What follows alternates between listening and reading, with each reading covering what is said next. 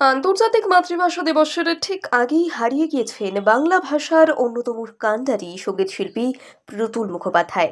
তাই এবারের ভাষা দিবস তাকেই উৎসর্গ করল রাজ্য সরকার।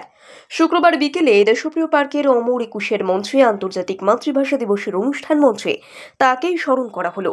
মঞ্চে প্রয়াত সঙ্গীতকারের ছবি রেখে শ্রদ্ধা জ্ঞাপন করলেন মুখ্যমন্ত্রী সহ বিশিষ্টরা। এরপর রাজ্য সঙ্গীত বাংলার মাটি বাংলার জল গেয়ে শুরু হলো অনুষ্ঠান।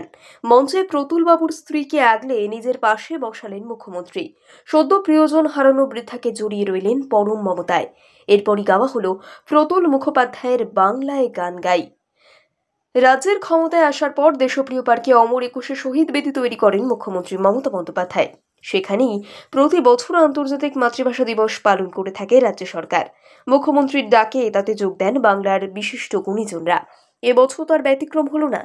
ভাষা শহীদের মূল স্থান বাংলাদেশে এবছর ভাষা দিবস পালিত হয়েছে কার্যত নমনম করে। বদলের হাওয়ায় ইউনুসের বাংলাদেশ অনেকটা পরিবর্তনের সাক্ষী। তারই একটা নজিরবিহীনভাবে এবারের ভাষা দিবসে ইউনুসের অনুপস্থিতি। কিন্তু বাংলা ভাষার প্রতি সম্মান অক্ষুণ্ণ রেখে এবছর বাংলায় ভালোভাবেই উদযাপন করা হলো ভাষা দিবস। সেখানে সদ্য প্রয়াত প্রতুল মুখোপাধ্যায়কে উৎসর্গ করা হলো। মুখ্যমন্ত্রী মমতা বন্দ্যোপাধ্যায়ের বক্তব্য, আমার একটা কথাই মনে হলো, প্রতুল তো চলে গেলেন, সঙ্গে আমি বাংলার গান গাইটাও নিয়ে চলে গেলেন। মৃত্যুর ৪৮ ঘন্টা আগে আমি তাকে দেখে এসেছিলাম। উনি তার আগে কোনো সাড়া দিচ্ছিলেন না। আমি গেলাম আইটিইউতে, ডাকলাম, প্রতুলদা আমি মমতা। আমি বললাম, আপনাকে তো গাইতে হবে, সুস্থ হতে হবে। উনি হাত দুটো প্রসারিত করে ইশারায় বোঝালেন আর গাইতে পারবেন না। তবু আমার ক্ষীণ আশা ছিল উনি হয়তো সুস্থ হবেন। এদিনের অনুষ্ঠানে জয় গোস্বামী শ্রদ্ধা জানালেন কবি ভাস্কর চক্রবর্তীর বাংলা কবিতাটি পাঠ করে। কবি শ্রীযত পড়লেন প্রতুল মুখোপাধ্যায়কে নিয়ে তার নতুন কবিতা। তাকে হারিয়েও আসলে এদিনের অনুষ্ঠান হয়ে রইল প্রতুলময়। আন্তর্জাতিক মাতৃভাষা দিবসের ঠিক আগেই হারিয়ে গিয়েছেন বাংলা ভাষার অন্যতম কান্ডারি সঙ্গীত শিল্পী প্রতুল মুখোপাধ্যায়। তাই এবারের ভাষা দিবস তাকেই উৎসর্গ করল রাজ্য সরকার। শুক্রবার বিকেলে দেশপ্রিয় পার্কের অমর একুশের মঞ্চে আন্তর্জাতিক মাতৃভাষা দিবসের অনুষ্ঠান মঞ্চে তাকেই স্মরণ করা হলো। মঞ্চে প্রয়াত সঙ্গীতকারের ছবি রেখে শ্রদ্ধা জ্ঞাপন করলেন মুখ্যমন্ত্রী সহ বিশিষ্টরা।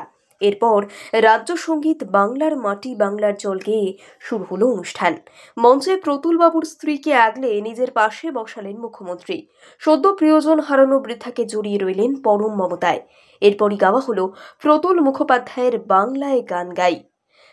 রাজ্যের ক্ষমতায় আসার পর দেশপ্রিয় পার্কে অমর একুশে শহীদ বেদি তৈরি করেন মুখ্যমন্ত্রী মমতা বন্দ্যোপাধ্যায়।